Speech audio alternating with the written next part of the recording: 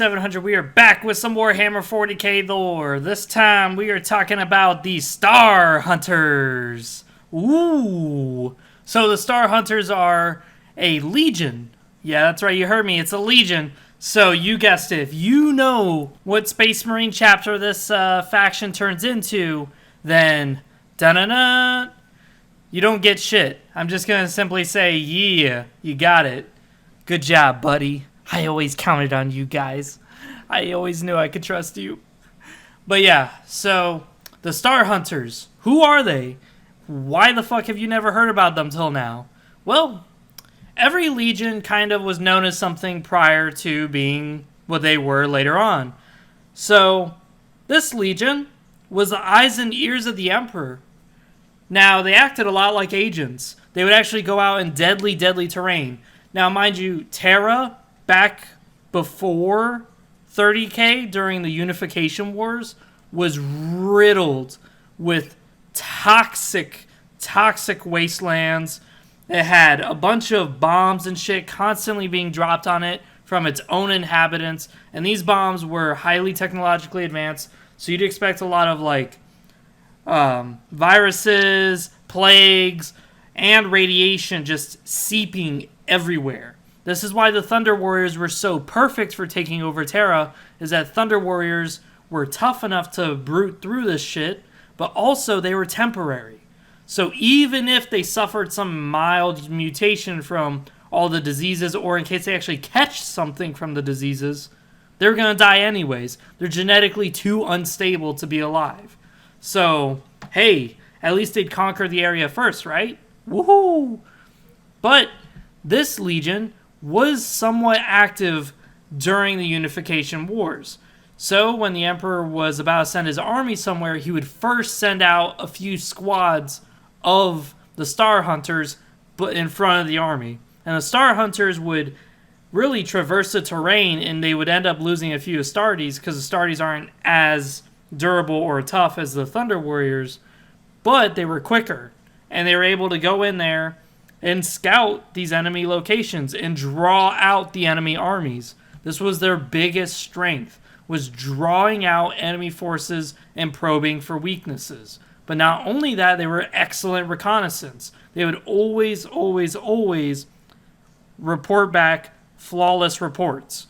They would always come back and say something that was really true about the enemy force. Like, they may come back and go, okay, the enemy is extremely strong in a frontal assault, but the enemy has no counter-air measures. In which case, the Emperor would go, okay, Thunderhawk time, baby, and would just bombard their location with a bunch of carpet bombers and shit, which was valuable. These guys would end up pretty much winning the battle before it even began. There would be many incidences where Thunder Warriors and Proto-Astartes templates would come in, and the enemy is in disarray, because here they are trying to fight off these raiders, and it turns out those raiders are actually scouts, and they're just fucking with the enemy army, making them come out of their fortifications, making their armies out of formation, and then they were just easy pickings for the Thunder Warriors. This is why the Star Hunters were really needed, or at least, in my opinion, I think they're very needed in the Emperor's crusade to unite Terra. Now, besides that, though, what about after they unified Terra? What then? Well, this is where it gets really bad for this chapter. I mean, Legion. I keep saying chapter, my bad. So this Legion was already rarely unified and was rarely in the battles. And because of that, many legions that were formed afterwards didn't really know who the fuck they were. They knew that they were a legion, but they just didn't really know anything about them. They're like, what the fuck have you done for the war effort? Fucking trash. So, of course, other Astartes didn't really like them, and they didn't really trust them either, because all they did was tease with the enemy. And yeah, they would occasionally butcher a bunch of enemy forces, but no one ever heard about it, because they were always hushed down, always kept in the dark. And, more interestingly, these guys always disobeyed orders. So they were a little rebellious. So this is why a lot of commanders really complained to the Emperor all the time. Even some of his custodes complained, because sometimes custodes would lead armies. And sure enough, they would always disobey orders. They wouldn't listen. It's like, oh yeah, I need you to go scout behind that mountain. Instead, they don't go to that mountain at all. They instead go through the forest and scout the enemy out that way, which gives them a totally different point of view on the enemy forces. So, that could fuck with a general's head. So, of course, the only person who could order this legion to do anything was the Emperor. That was the only person they were willing to listen to. They acted a lot like the Alpha Legion in a lot of ways, where they would just kind of do their own thing. But the difference is that the Alpha Legion, they didn't listen to the Emperor, and the Emperor instead just chose to ignore them and say, fuck it, I'm not even going to bother with them, they're just a waste of gene seed. But these guys didn't listen to anyone but the Emperor. And the Emperor liked it. He preferred it that way. It's almost as if he made them that way. And if that's the case, you always have to ask yourself, why would he make a rebellious Astartes force that is only loyal to him? These sound like a bunch of dogs, not a bunch of really self-capable human beings who are able to follow the chain of command like a military should. But either way, after Unification Wars, the Emperor split them up into many hundreds of companies. And these companies were known as pioneer companies. These companies, why the fuck am I saying countries? But these companies were a little less than 1,000 Astartes each. So, for those of you who don't know, a legion back in those days was around 100,000 Astartes. Well, here you have this legion just broken down to less than 1,000, almost like the founding chapters. But instead, these guys weren't meant to be a fighting force. These guys were meant to be a reconnaissance force. Well, little did the Emperor really know, these guys did take the fight to unknown empires, and they did cause a lot of fucking damage. Damage, I would say, was necessary in order to buy the Emperor some time to get his troops to those locations to fuck the aliens, the human separatists, everything. So that's what they would do for pretty much the next 50 years, was just fly around space, discovering new colonies, discovering empires, discovering aliens, discovering new planets that the Imperium could colonize, and really just raiding the enemy forces. They would actually go on like pirate raids onto enemy locations, and the only reason for that was to draw out the enemy. And again, that's all they do, is just reconnaissance. They don't necessarily fight you unless they find a really, really big weakness. So in one battle, they could just simply draw out the forces, and then when your forces are way too far out, they're just going to loop around you with their super fast speed and take over your fortress. Or blow it up. There's always that possibility, because, why wouldn't they? They don't have the numbers to really hold it, and holding is never their specialty. Their specialty is speed and getting into the fight before anyone else. Now, something that's of note is that without these pioneers, we would never have discovered Horus. That's right.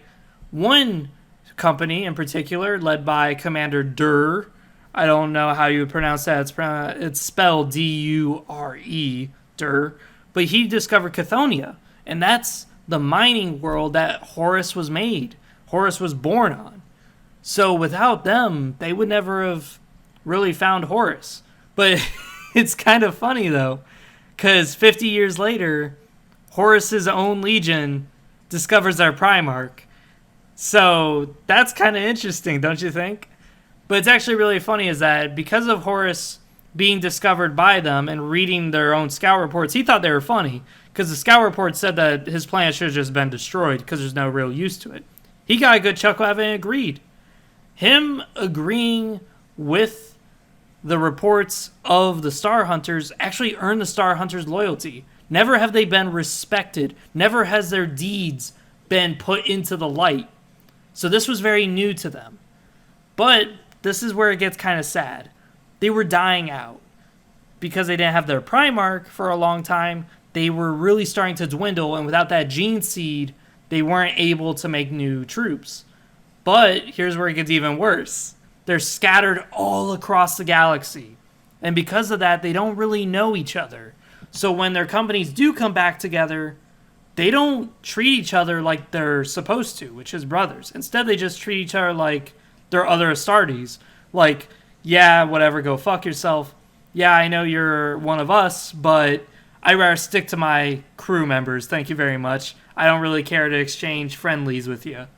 So I thought that was really interesting about the Star Hunters.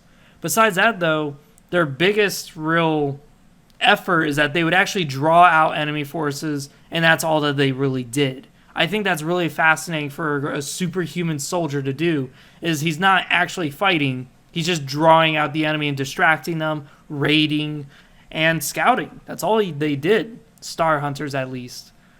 But once their Primarch was found, they became unified again. After the Primarch, of course, did the typical thing, which is bring all of his forces together, take Star Hunter troopers, and put them with the new recruits. Now, what Primarch did I did a lore video on this on? Where I said that he would take tribal members and put them with other tribal members, so that way they become unified together because they would now trust each other and like each other. Hint, hint, guys. That's who the Primarch is of this Legion. And if you know who that Primarch is, then you know this Legion later became. But that's what he did again, but this time he did it with the Star Hunter veterans who were totally divided and fractured in their own and near extinction. But now he's putting them with his people, the new Astartes, and trying to get them to really unify. And it succeeded. Essentially what happened was they all chugged a bunch of beers, sliced off some orc heads, and wha-bam. Now, of course, this was the decimation for the newfound Legion after they just found their Primarch. And by decimation, I mean they literally lost a tenth of their Legion fighting the orcs. But after that, their unity was stronger than it's ever been. So the Star Hunters had a happy ending despite having such a tragic history where all their notorious deeds were just kept hush-hush. And then every commander wanted the Emperor to just euthanize the bastards because they were just so disobedient. But they eventually came through. They really did. And they came out better for it. Yeah, they made some interesting allies, considering that Horus was their only real ally in the Luna Wolves. But later, during the Horus Heresy, they didn't side with them. So that's awesome as well. It's like, they knew who the good guys were, despite knowing their previous relationships. I just find them very interesting individuals indeed. Besides that, this has been me, Freezer700. I am out. I hope you guys enjoyed the Star Hunters lore video. And I hope you guys who've been requesting this enjoy. Now, you may have been thinking, well, I never requested this. You probably did. You just don't know the name of this Legion. So, have fun. Besides that, see you guys next time. The next video we're going to do is probably going to be another card game video. So, keep up with that too. See you guys next time. Have a good day.